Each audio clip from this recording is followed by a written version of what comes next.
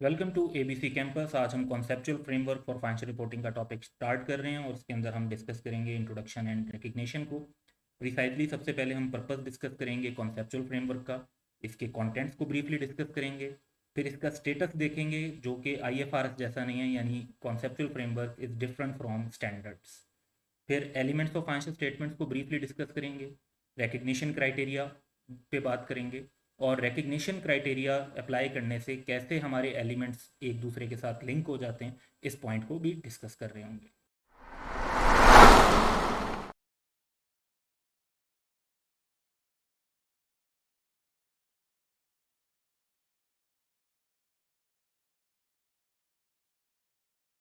तो सबसे पहले पर्पस की बात करते हैं तो conceptual framework for financial reporting के जो बेसिकली पर्पस इज मेंशन है, इसको हम शॉर्टली कॉन्सेप्चुअल फ्रेमवर्क या जस्ट फ्रेमवर्क भी कह देते हैं।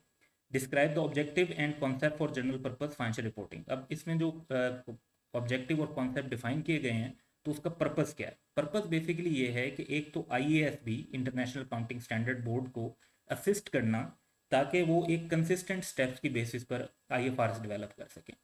तो अगर आप एसेट लाइबिलिटी की डेफिनेशन डिफाइन कर देते हैं, उनका रिकग्निशन क्राइटेरिया डिफाइन कर देते हैं, तो जब स्टैंडर्ड सेटिंग की जा रही होती है तो स्टैंडर्ड के अंदर वो सेम कॉन्सेप्ट यूज़ किए जाते हैं।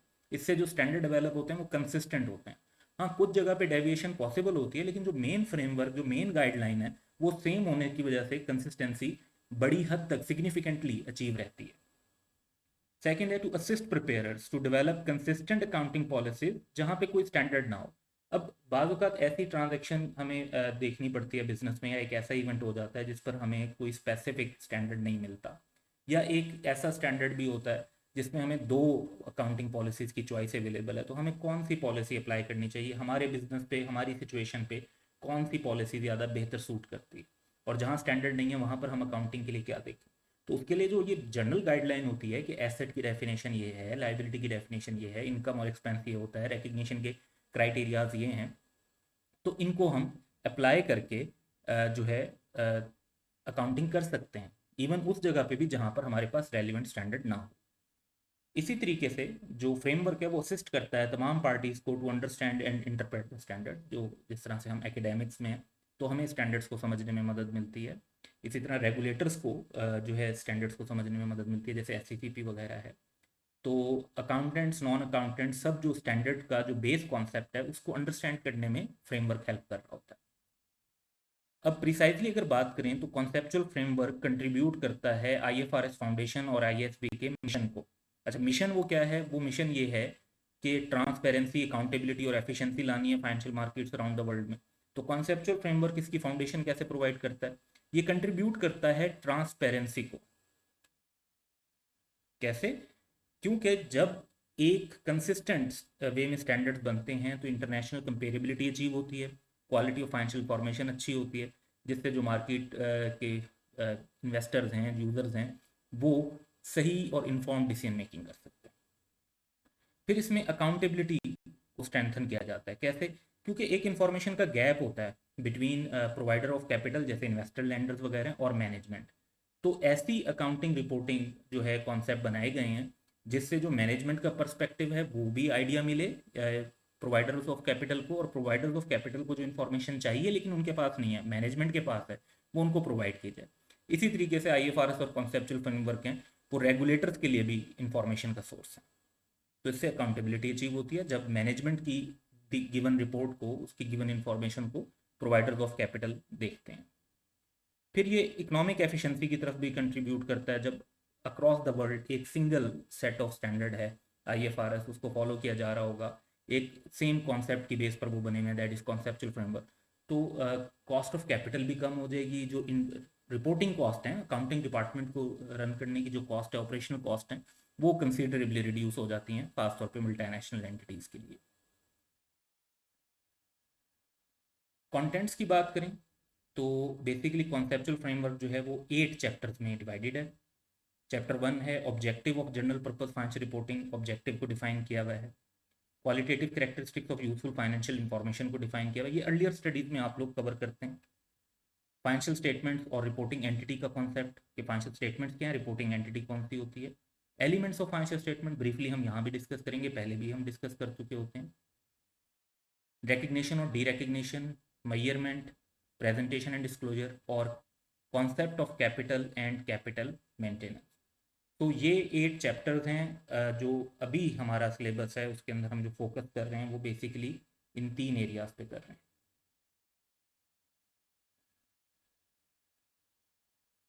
तो एलिमेंट्स को तो जनरली सिर्फ इसलिए पढ़ रहे हैं ताकि उनकी रिकग्निशन और मेजरमेंट को डिस्कस कर सकें। In fact we are focusing on recognition, measurement and capital maintain. Status की बात करें तो जो कॉन्सेप्चुअल फ्रेमवर्क है, this is not a standard, और ना ही कॉन्सेप्चुअल फ्रेमवर्क जो है स्टैंडर्ड्स को ओवरराइड करता है या उसकी किसी रिक्वायरमेंट को ओवरराइड करता है। यानी इन केस के there is conflict between IFRS and framework, तो फिर आप IFRS को फॉलो करें। ऐसा बहुत कम होता है, लेकिन कुछ ऐसे इंस्टेंसेस हैं जहाँ पे IFRS की जो रिक्वायरमेंट है और जो रिक्वायरमेंट हमारे पास कॉन्सेप्चुअल फ्रेमवर्क में, उसमें कुछ कन्फ्लिक्ट है, लेकिन ऐसी सिचुएशन में फिर हम IFRS फॉलो करते हैं। फॉर एग्जांपल अगर हम बात करें तो जो डेफर टैक्स लाइबिलिटी है, तो क्या वो आपको पे करनी पड़ेगी? अगर उसको देखें तो अगर एक एंटिटी का लाइबिलिटी की डेफिनेशन अप्लाई करें तो समटाइम्स वो डेफर टैक्स लाइबिलिटी उसकी डेफिनेशन को मीट नहीं कर रही होती, बट स्टिल IAS 12 की रिक्वायरमेंट है तो हम उसको लाइबिलिटी के तौर पर रिकग्नाइज करते हैं।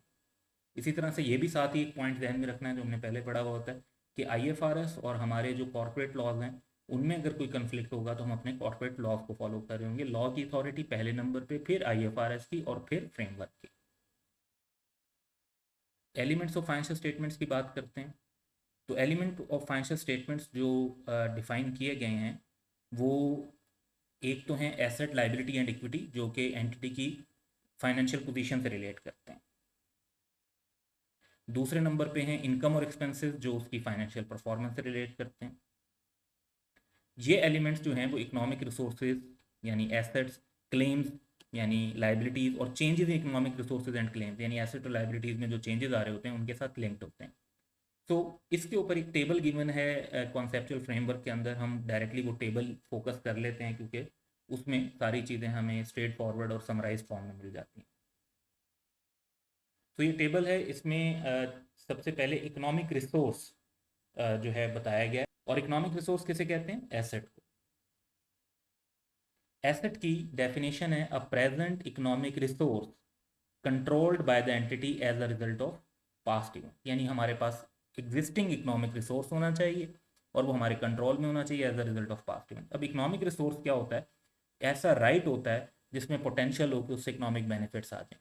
जैसे कैश इटसेल्फ इकोनॉमिक बेनिफिट्स अभी हैं, रिसीवेबल है तो ये पोटेंशियल है कि उससे पैसे मिलेंगे तो हमारे पास इकोनॉमिक बेनिफिट आएगा। प्रॉपर्टी प्लांट इक्विपमेंट है तो उससे प्रोडक्शन करेंगे तो फिर उससे हमारे पास इकोनॉमिक बेनिफिट्स आ जाएंगे, एंड सो ऑन। तो हमारे इन इकोनॉमिक रिसोर्सेज पर क्लेम किसका होता है? क्लेम होता है या तो ऑनर्स का या फिर लैंडर्स का। सो ऑनर्स का क्लेम इक्विटी कहलाता है और लैंडर्स का क्लेम लाइबिलिटी कहलाता है। तो लाइबिलिटी की डेफिनेशन है present obligation of entity to transfer an economic resource as a result of past event. ये प्रेजेंट ऑब्लिगेशन है कि अब कुछ पैसे देने पड़ेंगे, इकोनॉमिक बेनिफिट्स देने पड़ेंगे ताकि वो लाइबिलिटी सेटल हो। इक्विटी है residual interest in the assets of entity after deducting all it's liabilities. तो इक्विटी को ऐसे ही डिफाइन किया जाता है कि लाइबिलिटीज के बाद एक बिजनेस में जो कुछ भी बचेगा जो एक एंटिटी में, वो जिसका होगा वो इक्विटी होल्डर्स हैं। इसके बाद हम बात करते हैं changes in economic resources and claims reflecting financial performance. तो एसेट और लाइबिलिटीज में और इक्विटी में जो चेंजेस होते हैं, कुछ चेंजेस ऐसे होते हैं जो फाइनेंशियल परफॉर्मेंस को रिफ्लेक्ट करते हैं और कुछ इनके अलावा होते हैं जिन्हें हम अदर कह देते हैं। जो फाइनेंशियल परफॉर्मेंस को रिफ्लेक्ट करते हैं वो इनकम और एक्सपेंस है। तो एसेट का इंक्रीज होना गेन है, डिक्रीज इन लाइबिलिटी होना तो हमारा फायदा है, तो ये भी एक इनकम होगी। That results in increase in equity other than those relating to contribution from holders of equity claim. यानी शेयर कैपिटल इशू करने से जो पैसे आते हैं उससे भी आपकी इक्विटी बढ़ रही होती है, उससे भी आपके एसेट बढ़ रहे होते हैं, लेकिन वो इनकम नहीं है। एक्सपेंसेस में बात करें तो डिक्रीज इन एसेट जैसे डेप्रिसिएशन वगैरह, इंक्रीज इन लाइबिलिटी, लाइबिलिटी बढ़ गई तो ये आपका लॉस है, एक्सपेंस है। That result in decrease in equity other than those relating to distribution to holders of equity claim. तो जब आप डिविडेंड पे करते हैं शेयर होल्डर्स को तो आपकी इक्विटी भी कम हो जाती है, आपका कैश का एसेट भी कम हो जाता है, लेकिन डिविडेंड पे करना एक्सपेंस नहीं है। सो बेसिकली जो अदर चेंजेस हैं वो यही दो हैं कि जब शेयर इशू करेंगे तो कंट्रीब्यूशन फ्रॉम होल्डर्स आएगी, और जब आप अपने शेयर होल्डर्स में डिविडेंड डिस्ट्रीब्यूट करेंगे तो बेसिकली वो आपका ऐसा चेंज होगा जिससे इकोनॉमिक रिसोर्सेज और क्लेम तो चेंज हो रहे हैं लेकिन वो फाइनेंशियल परफॉर्मेंस से रिलेट नहीं करता। इसी तरह बाज़ औक़ात ऐसे एक्सचेंज ऑफ एसेट और लाइबिलिटीज़ भी होता है जिससे इंक्रीज और डिक्रीज इन इक्विटी नहीं होता, यानी सेम अमाउंट पर एसेट और लाइबिलिटी एक्सचेंज हो जाती है, तो फिर इन दैट केस हमारा वो इनकम और एक्सपेंस कंसीडर नहीं होता। नेक्स्ट चलते हैं। रिकग्निशन क्राइटेरिया की बात करें तो कॉन्सेप्चुअल फ्रेमवर्क के मुताबिक सिर्फ वो आइटम रिकग्नाइज होने चाहिए जो एसेट लाइबिलिटी या इक्विटी के स्टेटमेंट ऑफ फाइनेंशियल पोजीशन में जो उसकी डेफिनेशन को मीट करते हैं। इसी तरीके से जो आइटम इनकम और एक्सपेंस की डेफिनेशन को मीट करते हैं वो फाइनेंशियल परफॉर्मेंस में रिकग्नाइज होने चाहिए, जैसे स्टेटमेंट ऑफ प्रॉफिट और लॉस में, स्टेटमेंट ऑफ कॉम्प्रिहेंसिव इनकम में। अब लेकिन ये बात भी ध्यान में रखनी है कि not all items that meet the definition of one of those elements are recognize. बाद वक़्त एक चीज़ जो है वो इनकम की डेफिनेशन को हो सकता है मीट कर रही हो सकता है कि वो आपके एसेट की डेफिनेशन को मीट कर रही हो लेकिन आप उसे रिकग्नाइज ना कर पा रहे हो। रीज़न बीइंग कि आपके पास वो इन्फॉर्मेशन नहीं है जिसकी बेस पर। फॉर एग्जांपल, एक हमारा एसेट है, हम ये अंडरस्टैंड करते हैं कि ये हमारा रिसोर्स है, हम ये अंडरस्टैंड करते हैं कि हमारे कंट्रोल में है, प्रेजेंट इकोनॉमिक रिसोर्स है, कंट्रोल में भी है, as a result of past event भी है, लेकिन अगर उसकी कॉस्ट रिलायबली मेजर नहीं कर सकते तो मे बी आप उसे रिकग्नाइज ना कर सकते हैं। सो not recognizing an item that meets the definition of one of the element makes the statement of financial position and statement of financial performance less complete, और यूजफुल इन्फॉर्मेशन इस तरह financial statement से exclude हो रही होती है। तो इस बात का ख्याल रखना चाहिए कि जो भी चीज़ इंक्लूड हो सकती है वो इंक्लूड होनी चाहिए। ऑन द अदर हैंड कुछ सर्कमस्टांसेज ऐसे भी होते हैं कि एक एलिमेंट ऐसा है जिसको अगर आप इंक्लूड करेंगे वो डेफिनेशन को मीट कर रहा होगा लेकिन उसको रिकग्नाइज करने से कोई यूजफुल इन्फॉर्मेशन प्रोवाइड नहीं हो रही होगी, because sometime reliable measurement available नहीं है। रिलायबल मेजरमेंट ही अवेलेबल नहीं है तो उसको इंक्लूड करने से यूजर्स को कोई आप एक्स्ट्रा मीनिंगफुल इन्फॉर्मेशन प्रोवाइड नहीं कर रहे होंगे।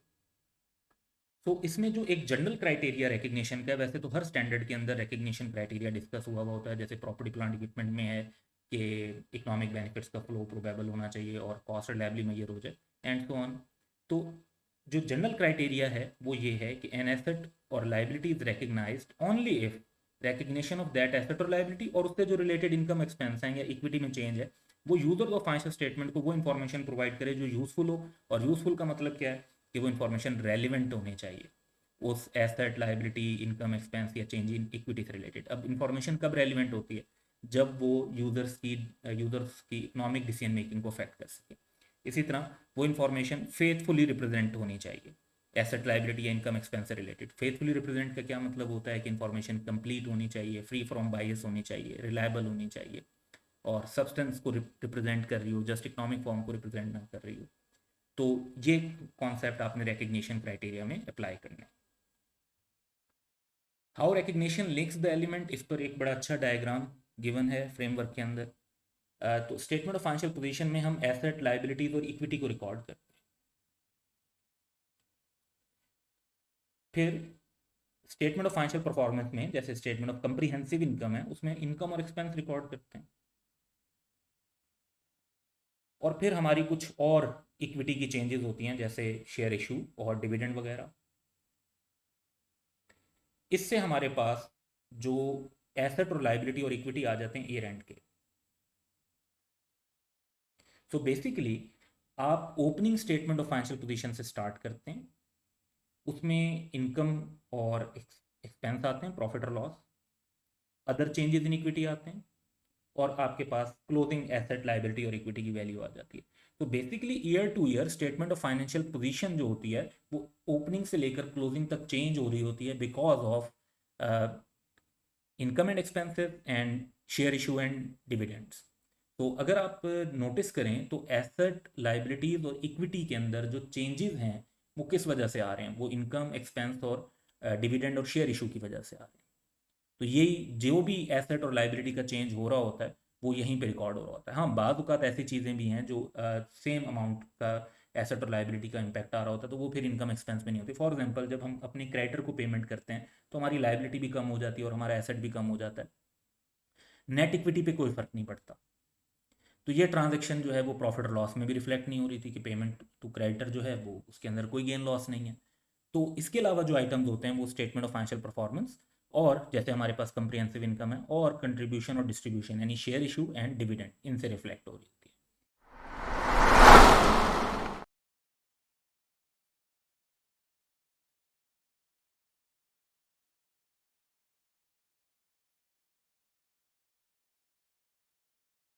Welcome to ABC campus. आज हम conceptual framework for financial reporting में एक प्रैक्टिस क्वेश्चन कर रहे हैं। बेसिकली ये एक नहीं, ये 4 रिकग्निशन से रिलेटेड क्वेश्चंस हैं। तो वन बाय वन हम 4 क्वेश्चंस को डिस्कस कर रहे होंगे। पहला क्वेश्चन देखते हैं जो क्राइटेरिया फॉर रिकग्निशन पर है। तो इस क्वेश्चन की में 3 सिनेरियो हमें दिए हुए हैं कि मैन्युफैक्चरिंग यूनिट जिसकी वैल्यू 5 मिलियन है और वो owned and controlled by the company. दूसरा, एक फ्लीट ऑफ ट्रक्स है जिसकी वैल्यू 100 मिलियन है लेकिन ये controlled by an other company. Third, के हाईली स्किल्ड वर्कफोर्स है जिसको हम एनुअल कंपनसेशन यानी सैलरीज वगैरह 12.5 मिलियन की पे करते हैं। रिक्वायरमेंट ये है कि which of the above asset will be recognized in the financial statements of a company in accordance with the recognition criteria. तो सबसे पहले अगर मैन्युफैक्चरिंग यूनिट की बात करें तो इस पे क्योंकि एंटिटी का कंट्रोल है तो ये एसेट की डेफिनेशन को मीट करता है, और इसमें हमारे पास प्रेजेंट इकोनॉमिक रिसोर्स है जो एंटिटी कंट्रोल कर रही है, तो इसको रिकग्नाइज किया जाएगा। It will be recognize, it meets the definition of an asset क्योंकि प्रेजेंट इकोनॉमिक रिसोर्स है और एंटिटी इसे कंट्रोल करती है as a result of past event. दूसरे पे जो फ्लीट ऑफ ट्रक है ये एसेट की डेफिनेशन को मीट नहीं करता क्योंकि इसे एक और कंपनी कंट्रोल करती है, तो ये हम हमारी एंटिटी से कंट्रोल नहीं कर रही, तो ये एसेट की डेफिनेशन को मीट नहीं करता, रिकग्नाइज भी नहीं होगा। थर्ड, जो वर्क फोर्स है इसमें बेसिकली कंट्रोल का एलिमेंट तो समटाइम्स हो सकता है कि आपने कोई कॉन्ट्रैक्ट वगैरह किया हुआ हो, लेकिन मोस्टली कंट्रोल भी नहीं होता ह्यूमन एक्शंस पे। और इवन अगर कंट्रोल हो भी सही तो एक रिलायबल मेजरमेंट जो है ना वो फिजिबल नहीं होती। तो वर्क फोर्स को रिकग्नाइज नहीं करते क्योंकि कंट्रोल नहीं होता, वर्कर किसी भी टाइम पे क्विट कर सकते हैं। और इवन आपने अगर कोई उनके साथ लेट से एग्रीमेंट वगैरह किया हुआ भी हो तो ह्यूमन लाइफ भी जो है वो कह लें कि अनप्रिडिक्टेबल होती है। और उसके अलावा मेजरमेंट का इशू कि किस वैल्यू पे मेजर करें ह्यूमन रिसोर्स को, ये भी एक रिलायबल मेजर का इशू भी आता है। और लेकिन इन केस के अगर आपने एडवांस सैलरीज पे की हुई हैं तो फिर आपका प्रेजेंट राइट होता है उनकी फ्यूचर सर्विसेज का कि आपने एडवांस सैलरी दी हुई है, उसके अगेंस्ट या तो वो आपको पैसे वापस करेंगे या फिर अपनी सर्विसेज देंगे, तो उसको हम एक प्री पेमेंट के एसेट के तौर पे रिकग्नाइज कर सकते हैं।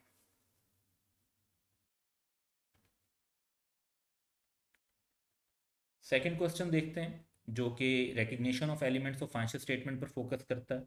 और एक सिनेरियो है हमारे पास कि A B C receive ₹160,000 in cash on 20 December 2004 from R M in return for having provided financial advice during the 2004 financial year. तो जो आपको पैसे रिसीव हो रहे हैं वो भी 2004 में हो रहे हैं, और जो एडवाइस आपने प्रोवाइड की है वो भी 2004 में प्रोवाइड की है। तो रिक्वायरमेंट्स हमारे पास जो हैं दो हैं। Explain with reference to the relevant definitions which elements should possibly be recognized in the 2004 financial year। और बी पार्ट जो है वो ये है कि briefly identify whether and or how your answer would change if the cash receipt had been received for financial advice to be provided in 2005 financial year। तो यानी part D ये कह रहा है कि अब क्या आपका आंसर चेंज होगा और कैसे चेंज होगा अगर फाइनेंशियल एडवाइस जो है वो आपने प्रोवाइड अभी नहीं की, नेक्स्ट ईयर में करनी है। सो इसके आंसर की तरफ अगर हम बात करते हैं तो फर्स्ट पार्ट को देखते हैं जिसमें हमें कैश रिसीव हुआ है। तो जो कैश हमें रिसीव हुआ है वो एसेट की डेफिनेशन को मीट करता है क्योंकि कैश जो है एक प्रेजेंट रिसोर्स है जो हमारे कंट्रोल में, एंटिटी उसे जैसे चाहे स्पेंड कर सकती है, एक इकोनॉमिक बेनिफिट है। सर्विसेज क्योंकि ऑलरेडी हम प्रोवाइड कर चुके हैं तो इसका मतलब है कि कोई ऑब्लिगेशन तो नहीं है, तो लाइबिलिटीज़ में कोई चेंज नहीं है। अब एसेट में इंक्रीज आ रहा है, लाइबिलिटी में कोई चेंज नहीं आ रहा। Increase in asset, no change in liability would result in increase in equity, और इंक्रीज इन इक्विटी क्या होगा, that would be considered as income. तो एक एसेट रिकॉर्ड होगा जो कैश हमें रिसीव हुआ है और हम इनकम रिकॉर्ड करेंगे क्योंकि इंक्रीज इन इक्विटी राइज हो रहा है। तो increase in equity other then contribution from honours is considered income. अच्छा, पार्ट बी की बात करते हैं कि हमें जो कैश रिसीव हुआ है और हमने उसके अगेंस्ट अभी फाइनेंशियल एडवाइस नहीं दी, वो हमने नेक्स्ट ईयर में देनी है, 2005 में देनी है। तो क्या वंस अगेन पहला पॉइंट तो हमारा सेम होगा कि कैश हमें रिसीव हुआ जो कि हमारा एसेट है, हमारे कंट्रोल में भी है और प्रेजेंट इकोनॉमिक रिसोर्स है। सो सर्विसेज जो हैं वो इस सिचुएशन में अभी तक प्रोवाइड नहीं हुई, तो इंक्रीज इन लाइबिलिटी भी है। अब आप देखें कि इंक्रीज इन एसेट हुआ, कैश आ गया, और इंक्रीज इन लाइबिलिटी भी हुआ, क्योंकि अभी तक हमारी ऑब्लिगेशन है कि हमने सर्विसेज प्रोवाइड करनी है। तो एसेट में भी इंक्रीज हुआ सेम अमाउंट से, लाइबिलिटी में भी इंक्रीज हुआ, तो इक्विटी के अंदर जो इम्पैक्ट है वो निल हो जाएगा, कोई इनकम रिकग्नाइज नहीं होगी, क्योंकि इक्विटी के अंदर कोई इंक्रीज नहीं है। एसेट और लाइबिलिटी को रिकग्नाइज करेंगे, इनकम को रिकग्नाइज नहीं कर रहे होंगे।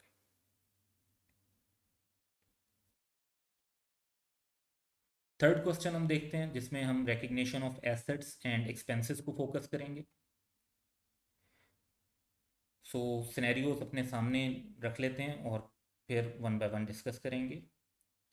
तो रिक्वायरमेंट ये है कि which of the above would be recognised as expense और asset in the financial statement of a company in accordance with the criteria given in conceptual framework. तो फर्स्ट सिनेरियो देखते हैं।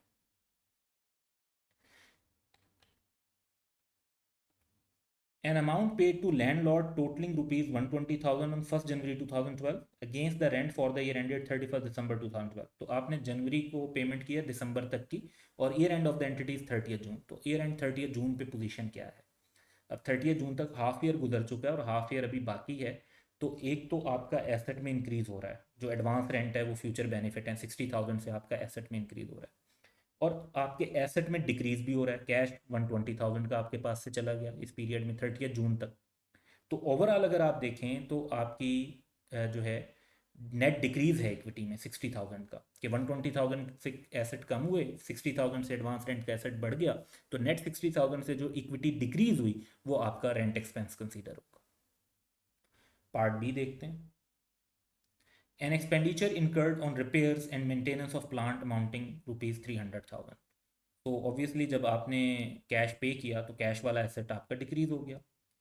अब जनरली जो रिपेयर है उससे तो आपकी जो प्रेजेंट इकोनॉमिक रिसोर्स है वो मेंटेन होता है, वो इंक्रीज तो नहीं होता। तो no increase in asset unless कि आप कहें जी प्रेजेंट रिसोर्सेज बढ़ गए। लेकिन जब रिपेयर एंड मेंटेनेंस की बात हो रही है तो वो कॉन्सेप्ट ये होता है, कुछ खराबी हुई होती है वही ठीक हो जाती है, तो आप मेंटेन कर रहे होते हैं, आपके प्रेजेंट इकोनॉमिक रिसोर्सेज बढ़ नहीं रहे होते। सो एसेट में कमी हुई है, एसेट में इजाफा कोई नहीं हुआ, तो ओवरऑल जो है इक्विटी के अंदर आपका डिक्रीज अराइज हो रहा होगा, और वो फिर रिपेयर एक्सपेंस के तौर पे रिकॉर्ड होगा प्रॉफिट और लॉस में। पार्ट सी देखते हैं। There has been legal dispute between the entity and its customer, and company expects the outflow of rupees 200,000 in order to settle the dispute। अच्छा, अब एक तो भाई आपकी लाइबिलिटी बढ़ गई, कि आप समझते हैं कि इसको सेटल करने के लिए आपकी ऑब्लिगेशन है 200,000 की। एसेट्स में कोई इजाफा नहीं हुआ, तो ओवरऑल लाइबिलिटी बढ़ने से इक्विटी कम हो जाती है, जो कि फिर एक्सपेंस के तौर पे रिकॉर्ड होगा 200,000 के। तो एक्सपेंस भी रिकॉर्ड होगा और लाइबिलिटी भी रिकॉर्ड होगा। पार्ट डी देखते हैं। Entity purchased goods costing rupees 20,000 for trading purposes and the same was sold for rupees 25,000। अच्छा, जब आपने इन्वेंट्री परचेज की तो वो आपका प्रेजेंट इकोनॉमिक रिसोर्स था, आपके पास एक एसेट था, उसको एसेट के तौर पे रिकग्नाइज करेंगे। लेकिन जब आपने वो इन्वेंट्री सेल कर दी तो आपका जो एसेट है वो डिक्रीज हो गया, इक्विटी में डिक्रीज आया, तो वो एक्सपेंस बन जाएगा। तो इन्वेंट्री एसेट होती है, लेकिन जब इन्वेंट्री सेल हो जाती है तो वो एसेट एक्सपेंस बन जाता है, क्योंकि डिक्रीज इन एसेट होता है, और डिक्रीज इन एसेट जो है वो डिक्रीज इन इक्विटी का बायस बनता है, which is considered as an expense. और प्रिसाइजली इस एक्सपेंस को, जो इन्वेंट्री के डिक्रीज होने से एक्सपेंस अराइज हो रहा होता है, that is called cost of sales. तो ये क्वेश्चन 3 था हमारा।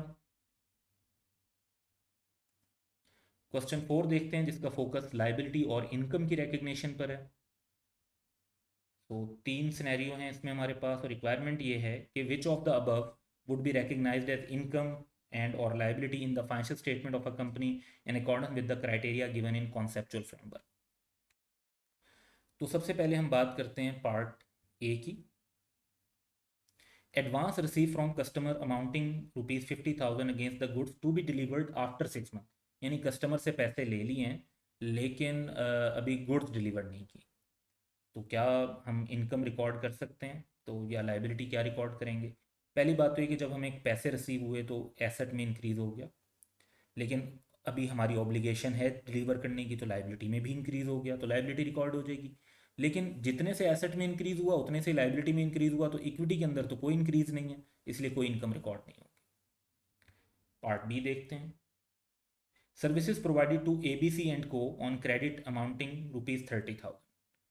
सो आपने सर्विसेज प्रोवाइड की हैं क्रेडिट पर, तो आपका एक एसेट तो इंक्रीज हो गया, राइट टू रिसीव का कैश नहीं आया अभी, लेकिन अब आपका इन्फोर्सेबल राइट टू रिसीव है कि आप उनसे पैसे ले सकते हैं, पैसे मांग सकते हैं 30,000 के। लाइबिलिटी में आपकी कोई इंक्रीज़ नहीं है, क्योंकि सर्विसेज तो आप ऑलरेडी प्रोवाइड कर चुके हैं, तो कोई ऑब्लिगेशन नहीं है, मज़ीद कोई परफॉर्मेंस ऑब्लिगेशन।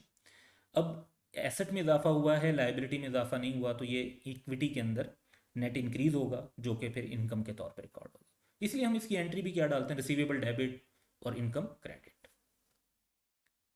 पार्ट सी देखते हैं। Account receivable already return of in previous year amounting ₹30,000 were receive during the year. तो एक तो आपको कैश रिसीव हो गया, तो एसेट में इंक्रीज हो गया।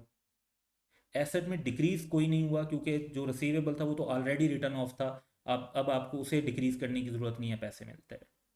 तो एसेट्स में इजाफा हुआ, दूसरी तरफ लाइबिलिटीज़ में कोई चेंज नहीं है, किसी और एसेट में डिक्रीज भी नहीं हो रहा, तो नेट इंक्रीज इन इक्विटी होगा, जो कि इनकम कंसीडर होगा 30,000 की, और वो हम रिकॉर्ड कर लेंगे। सो ये 4 रिकग्निशन से रिलेटेड क्वेश्चन थे, जो recognition conceptual framework for financial reporting में दी हुई है, वो काफ़ी हद तक इन छोटे छोटे जो पॉइंट्स हैं उनसे क्लैरिफाई हो जाती है। Welcome to ABC campus. आज हम conceptual framework for financial reporting में qualitative characteristics of useful financial information को डिस्कस कर रहे हैं। तो इसके अंदर हम 4 पॉइंट्स पर बात करेंगे। पहले ओवरऑल कॉन्सेप्ट की समरी, उसके बाद फंडामेंटल क्वालिटेटिव कैरेक्टरिस्टिक्स को डिस्कस करेंगे, जो कि 2 हैं, और फिर 4 इन्हांसिंग क्वालिटेटिव कैरेक्टरिस्टिक्स को डिस्कस करेंगे। तो इस तरह टोटल 6 ऐसी क्वालिटीज़ हैं जो एक यूजफुल इंफॉर्मेशन में होनी चाहिए, फाइनेंशियल इंफॉर्मेशन में, जो हम डिस्कस कर रहे होंगे। फिर हम कॉस्ट कॉन्स्टेंट का जो कॉन्सेप्ट है वो भी इसके साथ डिस्कस करेंगे।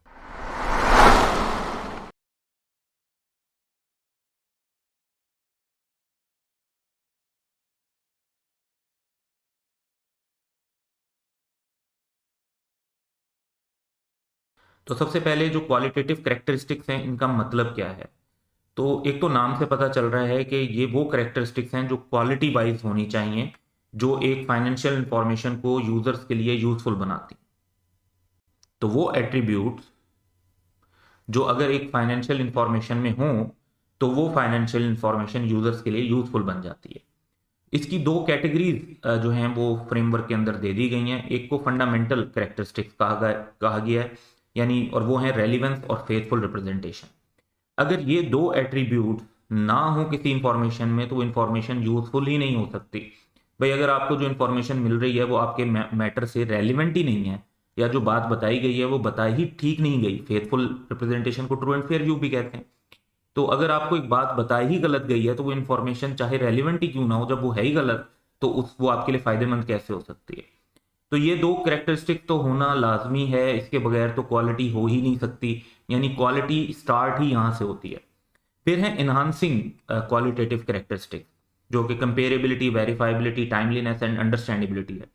ये जो 4 कैरेक्टरिस्टिक्स हैं, ये ऐसी कैरेक्टरिस्टिक्स हैं कि जो ऑलरेडी क्वालिटी इंफॉर्मेशन होती है, यूजफुल इंफॉर्मेशन होती है, ये उसकी यूजफुलनेस का लेवल इनहांस कर देता है, इंक्रीज कर देता है। तो ये ऑलरेडी जो चीज आप कह लें कि इंफॉर्मेशन यूजफुल है, ये उसको इनहांस करेगा। तो फंडामेंटल कैरेक्टरिस्टिक्स जिनकी वजह से इंफॉर्मेशन यूजफुल बनती है, और एनहांसिंग कैरेक्टरिस्टिक्स जिसकी वजह से उनकी यूजफुलनेस मजीद इंक्रीज हो जाती है। तो इस पूरे कॉन्सेप्ट को जो हम इस वीडियो में कवर करेंगे, अगर उसकी इंफॉर्मेशन यूजफुलनेस के हिसाब से एंगल देखा जाए, तो सबसे पहले हम देखेंगे कि रेलिवेंस और फेथफुल रिप्रेजेंटेशन होनी चाहिए। ये हमारी फंडामेंटल कैरेक्टरिस्टिक्स हैं। रेलिवेंस में हमारे पास जो वैल्यूज हैं वो प्रिडिक्टिव भी हो सकती हैं, जैसे हम बाजू का एस्टिमेट्स लेते हैं फ्यूचर के, फेयर वैल्यू है, या आपकी प्रोविजंस हैं, या आपके यूजफुल लाइफ है, तो वो प्रिडिक्टिव वैल्यूज भी होती हैं। और कन्फर्मेटरी वैल्यूज भी होती हैं, यानी ऐसी वैल्यूज जो फ्यूचर में जाके कंफर्म भी हो सकती हैं, और अभी भी आपको जो है ना कुछ फिगर जो हिस्टोरिक हो चुकी होती हैं ट्रांजेक्शन, उनके बारे में बताते हैं। इसमें मटेरियलिटी का कॉन्सेप्ट भी अप्लाई किया जाता है, क्योंकि वो इन्फॉर्मेशन जो यूजर्स की डिसीजन मेकिंग को अफेक्ट कर सकती है वो मटेरियल है और बाकी नहीं है। तो रेलिवेंट वही इंफॉर्मेशन होगी जो यूजर्स की डिसीजन मेकिंग को अफेक्ट कर सकेगी, तो उसमें मटेरियलिटी का जो कॉन्सेप्ट है वो भी इनडायरेक्टली अप्लाई होता है।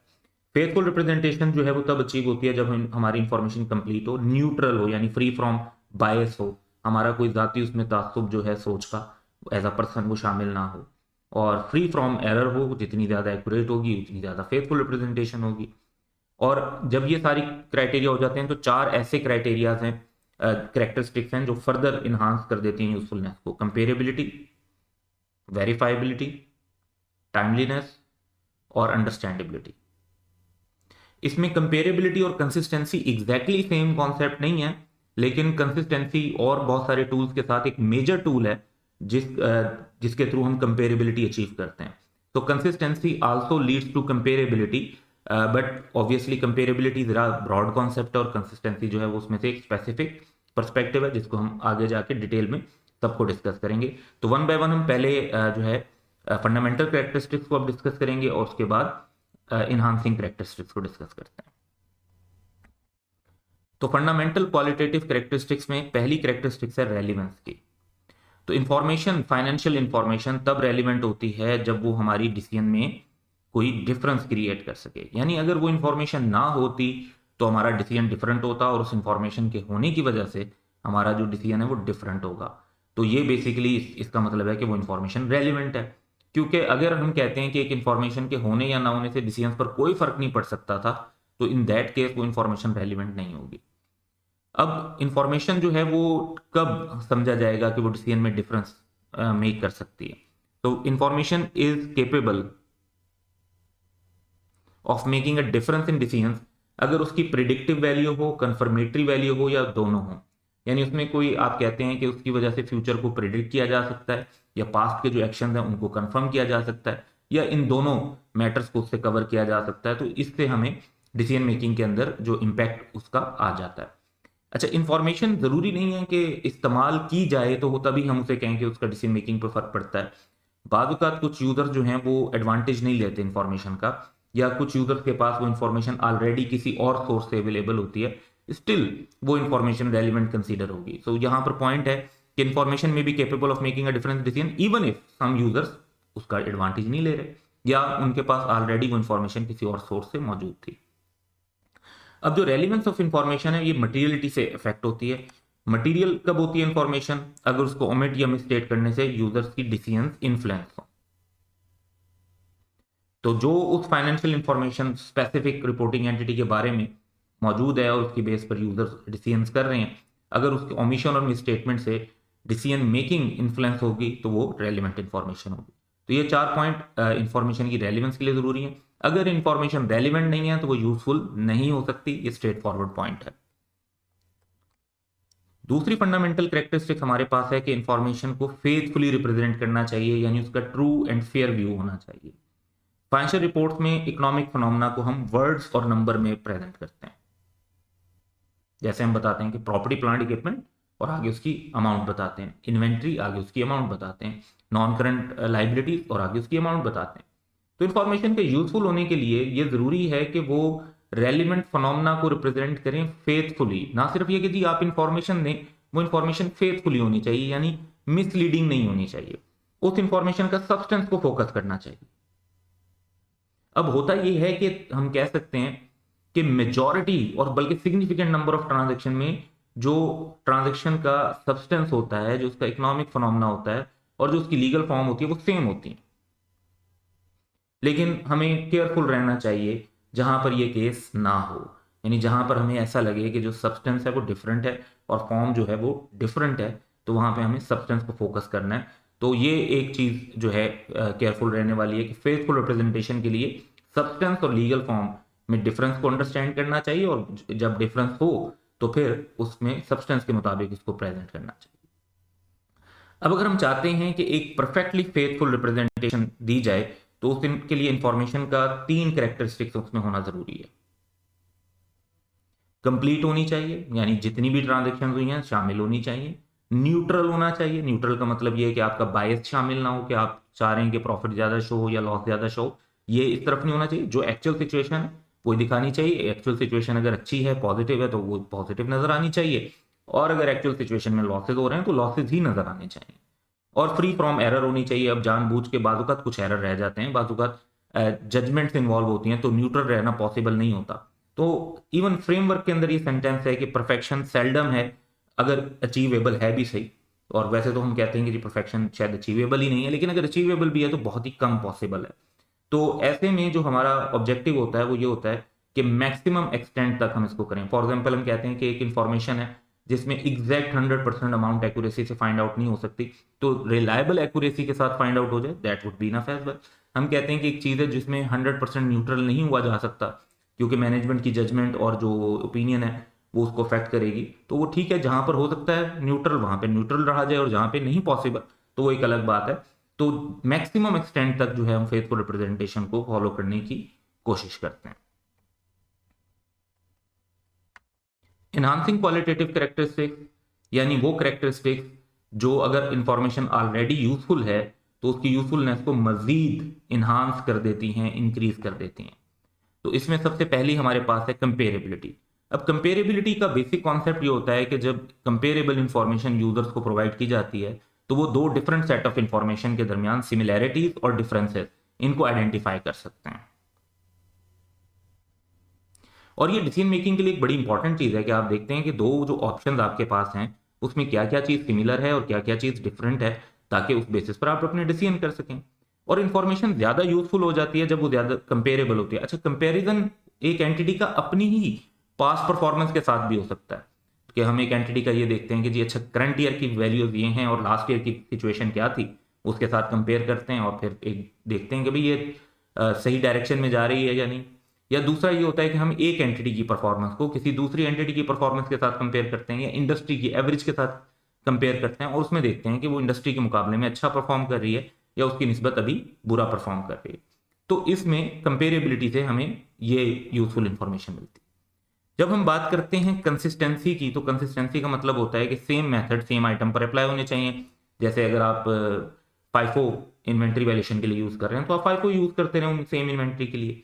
तो इसमें पीरियड टू पीरियड भी और रिपोर्टिंग एंटिटी एक सिंगल पीरियड के अंदर भी जो कर रही होती है उसके अंदर कंसिस्टेंसी होनी चाहिए। कंसिस्टेंसी का फायदा क्या होता है कि कंसिस्टेंसी से कंपेरेबिलिटी का गोल अचीव करने में हेल्प मिलती है, लेकिन दोनों बातें सेम नहीं है। इंफॉर्मेशन जो है वो बाज़-औक़ात पॉलिसी अगर कंसिस्टेंटली नहीं भी अप्लाई हुई, कोई चेंज आ जाता है तो उसमें जब आप रिट्रोस्पेक्टिव रीस्टेटमेंट वगैरह कर देते हैं, एप्लीकेशन कर देते हैं पॉलिसी की, तो तब भी कंपेरेबिलिटी अचीव हो जाती है। तो कंसिस्टेंसी जो है वो कंपेरेबिलिटी अचीव करने के गोल में हेल्प जरूर करती है, लेकिन ये दोनों कॉन्सेप्ट एग्जैक्टली सेम नहीं है। कंपेरेबिलिटी ज्यादा ब्रॉड कॉन्सेप्ट है। वेरीफाइबिलिटी की बात अगर हम करें तो हम कहते हैं कि एक इंफॉर्मेशन तब वेरीफाइबल होती है जब डिफरेंट नॉलेजेबल पर्सन उस इंफॉर्मेशन को जब यूज करें तो वो सेम कंक्लूजन पर पहुंचे on the basis of this information. अब नॉलेजेबल जैसे मेरे पास अकाउंटिंग की नॉलेज है, आपके पास अकाउंटिंग की नॉलेज है, तो हम कहते हैं कि जी एक ऐसी इंफॉर्मेशन है जिसमें मैंने उस इंफॉर्मेशन को जब रीड किया, अंडरस्टैंड किया, तो मैंने भी वही कंक्लूजन निकाला, और आप अगर उसको रीड करते हैं और आप भी अपनी अकाउंटिंग इंफॉर्मेशन की बेस पर वही कंक्लूजन निकालते हैं, तो हम कहेंगे कि ये वेरीफाइबल इंफॉर्मेशन है। इससे एक तो यूजर्स को एश्योर होता है कि जो रिप्रेजेंटेशन है वो फेथफुल है। दूसरी बात है कि क्वांटिफाइड इंफॉर्मेशन वेरीफाइबल होती है, बाजुकात पॉइंट एस्टिमेट पे, बाजुकात रेंज एस्टिमेट पे। यानी ये नहीं है कि अगर आप कहें कि जी एक फॉर एग्जांपल एक फेयर वैल्यू है और हम कहते हैं कि वो फेयर वैल्यू एक इंडिपेंडेंट वैल्यू ने बताई है कि वो in the range of 10 to 11 million है, तो ये एक रेंज का एस्टिमेट है और इसको अगर हम किसी और वैल्यू से निकालते हैं और वो भी तकरीबन एग्जैक्ट वैल्यू वो नहीं बताई, पॉइंट एस्टिमेट मैच नहीं हुआ, लेकिन रेंज वाइज उसने भी तकरीबन ये वैल्यू बताई कि ये जी 10.3 से लेकर 11.3 तक हो सकता है, तो हम कहेंगे कि जी 10 to 11 या 10.3 to 11.3 जो है एक ह्यूज डिफरेंस नहीं है और दो डिफरेंट सोर्सेज से सेम कंक्लूजन लीड कर रहा है, तो ये एक वेरीफाइबल इंफॉर्मेशन है। तो जरूरी नहीं कि एग्जैक्ट पॉइंट एस्टिमेट को वेरीफाई किया जा सके, अगर उस रेंज के अंदर फॉल करता है जो रिलायबल है तो तब भी उसको वेरीफाइबल कंसीडर किया जाता है। वेरिफिकेशन जो है वो हमारी डायरेक्ट भी हो सकती है, जैसे हम इन्वेंट्री काउंट करते हैं, जाके डायरेक्टली चेक कर लेते हैं कि भाई कितनी की इन्वेंट्री है, कहाँ पड़ी हुई है, कैसे पड़ी हुई है, क्या हालत है उसकी, कैश का काउंट है कि खुद काउंट करके देख लिया। और कुछ इनडायरेक्ट वेरिफिकेशन भी होती है, जैसे अगर एक डेप्रिसिएशन कैलकुलेट हुई है तो same useful life, same depreciation method, same assumptions को ध्यान में रखते हुए उसको रीकैलकुलेट करके देखेंगे। अब हमने जो मेन प्रोसेस डायरेक्टली तो ऑब्जर्व नहीं किया, लेकिन जो प्रोसेस अकाउंटेंट ने किया था उसको हमने दोबारा परफॉर्म करके देखा, तो अगर हमारी कैलकुलेशन भी सेम आती है तो वेरीफाई हो जाएगा कि इसकी कैलकुलेशंस करेक्ट हैं, जो अमाउंट प्रेजेंट की गई है वो ठीक है। तो ये वेरिफिकेशन का जो प्रोसेस है ये डायरेक्ट और इनडायरेक्ट दोनों हो सकता है। नेक्स्ट हम बात करेंगे टाइमलीनेस की। इंफॉर्मेशन टाइम पर अवेलेबल होनी चाहिए, तभी वो डिसीजन को प्रॉपरली जो है कैपेबल होती है इन्फ्लुएंस करने के लिए। जितनी ज़्यादा इंफॉर्मेशन ओल्ड होगी उतनी कम यूज़फुल होगी। हमें जितनी, इसलिए हम जो है एस्टिमेट्स के कंफर्म होने का वेट नहीं करते और ईयर एंड के कुछ मंथ्स के अंदर ही फाइनेंशियल स्टेटमेंट्स जो हैं वो यूज़र्स तक प्रोवाइड कर दी जाती हैं ताकि वो डिसीजन मेकिंग कर सकें। तो ये वेट नहीं करते कि एक एसेट की यूज़फुल लाइफ को तब यूज़ करेंगे जब एक्चुअली वो यूज़फुल लाइफ एंड हो जाएगी, या एक प्रोविजन को रिकग्नाइज इस वजह से ना करें कि जी अभी कंफर्म अमाउंट नहीं है। रिलायबल मेजरमेंट की बेसिस पर काउंटिंग कर दी जाती है ताकि टाइमलीनेस अचीव हो, क्योंकि अगर टाइम गुजर जाएगा तो फिर वो इन्फॉर्मेशन बाद में मिली भी सही तो शायद वो उसका कोई फ़ायदा ना उठाया जा सके। फोर्थ कॉन्सेप्ट हमारे पास है अंडरस्टैंडेबिलिटी का। इन्फॉर्मेशन को हमें क्लासीफाई ऐसे करना चाहिए, कैरेक्टराइज और प्रेजेंट ऐसे करना चाहिए कि जो क्लियर एंड कंसाइज मैनर में हो। अब ऑब्वियसली इसका फ़ायदा ये है कि इन्फॉर्मेशन यूजर्स के लिए जितनी ज़्यादा अंडरस्टैंडेबल होगी उतना बेहतर वो उनको हेल्प करेगी डिसीजन मेकिंग में, उतनी ज़्यादा उनके लिए यूजफुल होगी। अच्छा, कुछ जो फिनोमेनाज होते हैं, कुछ अकाउंटिंग होती हैं वो इनहेरेंटली कम्प्लेक्स होती हैं, जैसे इंस्टॉलमेंट सेल्स है, लीज के एग्रीमेंट्स हैं, डेफर टैक्सेशन को कम्प्लेक्स समझा जाता है, कंसोलिडेशन के कुछ जो एडवांस प्रोसीजर हैं वो कॉम्प्लिकेटेड हैं। तो इसका ये मतलब नहीं है कि जो इन्फॉर्मेशन मुश्किल हो तो हम उसको जो है प्रेजेंट ही ना करें। तो इन्फॉर्मेशन को इस बेसिस पर एक्सक्लूड कर देना कि वो अंडरस्टैंडेबल नहीं है, ये क्लियर रहना चाहिए कि ये पर्सपेक्टिव नहीं है। हाँ, ये है कि जितनी ज़्यादा भी कम्प्लेक्स इन्फॉर्मेशन है उसको मैक्सिमम जहाँ तक हम पॉसिबल है कि उसे हम सिंप्लीफाई कर सकते हो वहाँ तक हमें कोशिश करनी चाहिए कि हम उसे सिंप्लीफाई करें। और जो सिंप्लीफाइड है उसको मजीद, अब ये बेसिकली सिंप्लीफाई कैसे किया जाता है, अंडरस्टैंडेबल कैसे किया जाता है, जैसे हम टेबुलर फॉर्मेट में चीज़ें बना देते हैं तो उससे यूजर्स के लिए कंपैरिजन अच्छा हो जाता है, समझना आसान हो जाता है। चीज़ों को हम जो है सिंपल लैंग्वेज में जो यूजर्स अंडरस्टैंड कर सकें उसके अंदर प्रेजेंट कर देते हैं, तो उससे उनके लिए हम जो है अंडरस्टैंडेबिलिटी इंप्रूव करते हैं। तो फाइनेंशियल स्टेटमेंट साथ ही ये भी ध्यान में रखना है कि किन यूजर्स के लिए बनाई जाती हैं। ऐसे यूजर्स के लिए बनाई जाती हैं जिनको बिजनेस की और इकोनॉमिक एक्टिविटीज की एक कह लेंगे रीजनेबल नॉलेज होती है और जो इन्फॉर्मेशन को रिव्यू कर रहे होते हैं और एनालाइज कर रहे होते हैं डिलीजेंटली। तो ये सोच के नहीं बनाया जाता कि एक पर्सन को बिजनेस का भी कुछ नहीं पता, अकाउंटिंग का भी कुछ नहीं पता, तो हम उसके लिए इन्फॉर्मेशन बना रहे हैं। हम ऐसे पर्सन के लिए इन्फॉर्मेशन बना रहे होते हैं जिसको बिजनेस का, अकाउंटिंग का, कुछ बातों का एक रीजनेबल नॉलेज होता है। फुल डिटेल एक्सपर्टीज ना भी हो तो वो कुछ हद तक उसको नॉलेज होता है और वो प्रॉपरली चीज़ों को देख रहे होते हैं, और उसके साथ हम इस काबिल जो है हमारी इंफॉर्मेशन होनी चाहिए कि उनको इस सिचुएशन में हेल्प आउट कर सके।